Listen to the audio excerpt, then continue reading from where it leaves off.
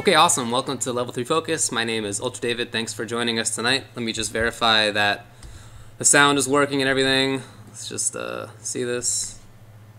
Sounds like it is doing well. Right? Okay, cool. Just wanted to make sure. It's always an issue. So, anyway, so I've been playing a lot of Injustice. That's the game that I've been playing not quite exclusively. Hence the whole Civ conversation from the chat earlier, which I've been cracking out on. But other than that and the occasional SF4, it's pretty much the only game that I've been playing for about a month and a half, maybe 2 months now.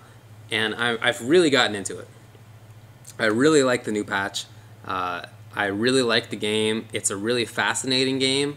It's a weird game with a lot of strange internal logic compared to the majority of fighting games out there. But I really like it because the character designs are awesome. I love the character designs in this game. They make up for the fact that I have to learn crazy stuff, that there is weird stuff in the game, that there are interactions that you wouldn't expect, at least from my perspective, coming not necessarily from a Mortal Kombat background, but the characters themselves are fascinating, I think. So the characters that I've been playing most are Bane and Lex. Now, Bane, I said publicly I thought was a bad character. And I think I've mentioned this before on this show, but I had this little experiment going where I thought he sucked at first, legitimately so, but then pretty soon after that I realized that he was a good character. But I didn't want to talk about that. I wanted to downplay him to see if NRS would buff him more than they should have. They didn't. They did a great job. I mean, seriously, they did a good job not over-buffering him. Lex, a lot of people slept on at the start. I've always thought that he has a very high ceiling in this game. He's a difficult character to play. He's a trap-heavy character. He's a setup-heavy character. And that kind of character always takes a while in any game, regardless of where they end up ultimately on the tiers. But he's no exception in that it's taken him a while, but he's definitely getting there. So what I'm going to do is I'm going to talk a little bit about Bane, talk a little bit about Lex and what they do, because I figure probably not that many people who watch this stream have been keeping up with Injustice, but I just really want to introduce that. And then what we're going to do is watch some matches, including a really strong Bane player, a really strong Lex player, and a really strong Black Adam player, all from the Chicago area from a Gallic and Ghost Arcade tournament that happened not too long ago. Spoiler, Lex ends up winning, Bane gets second place, and Black Adam gets third place. And Black Adam was a pretty bad matchup for both characters, so now they're kind of figuring it out, and I want to talk about what they're doing to figure that matchup out. So let's head on into the little game system here. Okay, cool. So I want to talk a little bit about Bane. Bane's the first player here. Just mention what he can do. He has a great dash in both directions. He has some really good normals. His down one is a very far low attack. His down two, is the same distance. Let's see. It's farther than it looks like it would be. He has a couple of great options in this. This is a safe overhead that leads into some damage on hit, and if not, you're safe. Don't worry about it. It's a great wake-up attack. He has another great wake-up attack in this, which is kind of like an uppercut. Then you'll see Bane's do this a lot. The charge from full screen, and it's more or less safe on block. Now the main thing to know about Bane, other than that, is his ability to charge up Venom. So if you look down at that little canister at the bottom left, just to the right of his green meter, you'll see this canister, and it's got a ×0 next to it. It can go up 1 level, 2 levels, or 3 levels. And at each level, he does more damage, he takes less damage, and he gets some extra attributes. So this doesn't normally have armor. This doesn't normally have armor. This doesn't normally have armor. Oh, of course, I forgot his command grab. This doesn't normally have armor either. But when you put Venom on, they all get armor. All of his special moves, all of those special moves get armor. That's really useful because it allows him to move through opponents' footsies, or their wake-ups, or their jump-ins. Lots and lots of really good things. When he's at level 3, he doesn't care about projectiles at all. He doesn't care about armor at all. He just busts through everything in the game. He'll bust through supers. He just gets through. The downside is you can see that there's that little kind of X with a 0 through it. that means that he's on cooldown or debuff. That means that it's kind of the opposite. He doesn't get any armor on anything. His movement is much worse. You see how slow he is, very slow dash comparatively. He does way less damage, and he takes way more damage. I mean, people can not too difficultly do 100% damage combos on a Bane who has debuff. And it lasts longer, and he takes more damage if he was at level 3 than if he was at level 1 when it runs out. So that's kind of like the primer. No, it doesn't have auto turnaround, by the way, as you can see.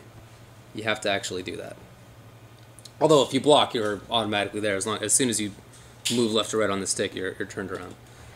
Anyway, so that's kind of the major stuff for Bane. We're going to see Banes moving around with as much venom as they can. Or Max is the guy we're going to be watching. We're going to see him moving around with as much venom as possible. Venom management is super important for this character because you have to decide when it's so important that you deal a lot of damage.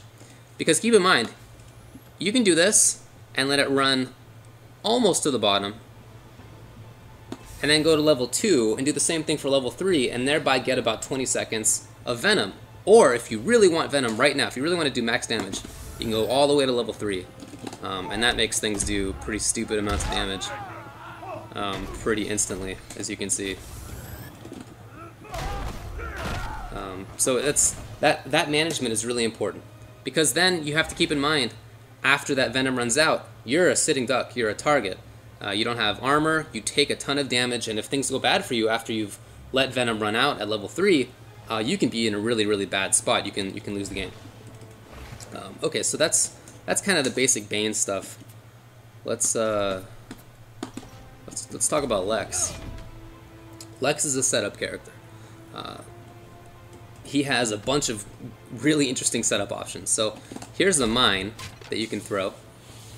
And you can throw that at multiple ranges. It lasts for a while. You can throw it close to you, and then kind of walk up. It'll stay there even if you're getting hit. It's just like kind of an assist almost. You can throw it really far. Here's what happens if the opponent walks into it. So they get kind of frozen there, and then that lets you do a combo. All right. So you can get stuff after they're launched by the mine. Huge part of his game. Another big part of it is the probe. The probe, when you throw out, same kind of thing, it will just stay there and it will shoot. And it almost always hits. It tracks pretty well. So it's, again, kind of like a little assist that you throw out. It does have significant startup time, as you can see. But it will always shoot. And it will always deal a little bit of block stun or a little bit of hit stun. The meter burn version, the EX kind of version, does 2 hits. Comes out a little bit quicker as well. Another big one of his trap options. And then he has this laser. This laser homes. It's unblockable, as you can see, and it does a pretty good chunk, 8% damage. So wherever the opponent is, it'll track at the start. When he puts his finger out like that, it'll track to where the opponent is at that time, so they can backdash, they can forward dash, and things like that. But if you have kind of this setup, and they're at the other side of the screen, if they were to move forward, they'll get mined. And if they stay still, they'll get lasered. So they kind of have to pick which damage to take. That's kind of a basic Lex thing. You can meter burn it, and it becomes really ridiculous. See that whole kind of swath of the ground there is an unblockable thing that you just can't be on. It'll anti-air you. It's really ridiculous. He has a little projectile that he can zone with. You can charge it up, and it'll be unblockable. Same kind of thing for anti-air. And then a major Lex thing is the corp charge. Now, this thing is a really fast move. It moves him very quickly, very far. It's a great punisher. It's a great whiff punisher. It's a decent wake-up attack. It only has 1 hit, which can be an issue against Bane, because keep in mind Bane has 1 hit of armor on a lot of his moves when he has Venom. For the most part, it's pretty solid. His movement is kind of assy. He has this gigantic jump 3 that takes up a huge amount of space, and we'll see that used a lot of the time because it's just a really good move. He also has corp charge in the air, which can help him with mobility a lot. But so from Lex, oh, and of course, let's talk about his trait. His trait is 1 hit of armor. It makes him take less damage at level 3. And it basically lets him do whatever it is that he wants to do. Whether he wants to stay away zoning, being able to take one hit is gigantic, and being able to throw one of these out without being interrupted. Or throw this out without being interrupted. But on the other side of it, it lets you pressure the opponent's wake up, because if the opponent wakes up with some single hit attack, you can still get an overhead, you can still get a low, you can confirm either one into, you know, a pretty big damage combo. Oh, well, of course, I don't know why I always try to show combos on these shows and have horrible, horrible success rate. You know, so stuff like that. It's a huge part of his game too, is being able to trade up. Finding the time to trade up in the first place is gigantic for him. And then I want to show that just a little weird interaction that we'll see a lot of as well coming from Bane. So let's set up a corp charge on wake up. Let's go to my man Bane here. Now watch, so okay, when you do a media attack canceled into some special move and the opponent does a wake up, it will cancel your normal attack into your special attack. I don't know why this works. On whiff. Well, on hit too. Right, but when they reversal it, then it also cancels on whiff, which you can't normally do. Well, yeah, there's, yeah, okay. But, so anyway, this is what I want to show you. Oh, well, again, this is going to be an issue. The actual showing of things. Come on, baby.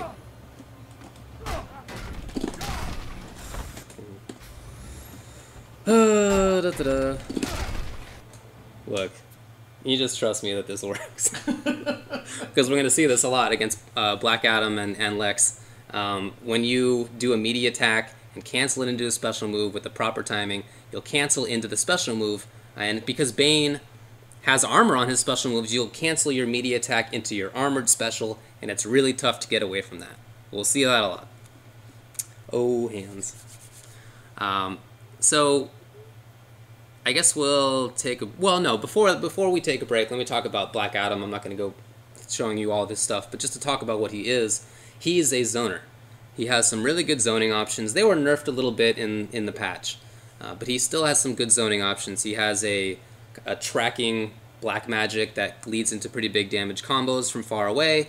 He has lightning that can do great pushback and deal pretty decent damage still. He has a dive kick that can lead to lots of damage. It's safe if he meter burns it, and it leads to lots of damage if he meter burns it. He has a pretty good wake up in Lightning Cage that's plus on block when you EX it. So he's a good character. He deals a ton of damage when he gets a hit as well. Not very good in mix-ups, pretty much just an overhead and mid character, very few lows. But when he does find a hit, it's gigantic. So that's his style, kind of hit and run sort of thing. And we'll see how that goes for both of these characters, because that was thought to be a bad matchup for both. From the Lex perspective, it was tough to set things up. It was tough to set the trap up, tough to set the trade up, because it was risky throwing those things out against a character like Black Adam, who could dive kick you from far away, who could black magic you from far away, who could lightning you from pretty far away. Lots of stuff like that made it tough. From the Bane perspective, it was tough to get in, because he, you know, that's his issue. When he gets in, he's very dangerous, and when he's at even quarter screen, I mean, you can see how much range he has on things like this. It's really big. You know, his down one, oh yeah, his down one is huge. His down two is huge. He has good options like this for moving around, pretty fast dash. But characters like Black Adam have enough mobility with the dive kick, with the big jump that he has, in conjunction with his zoning, made it tough for Bane to get in. So what we're going to see is how our Lex player, Pimpimjim, and our Bane player, Emperor Max, deal with GGA Han's Black Adam. We're going to do that when we come back.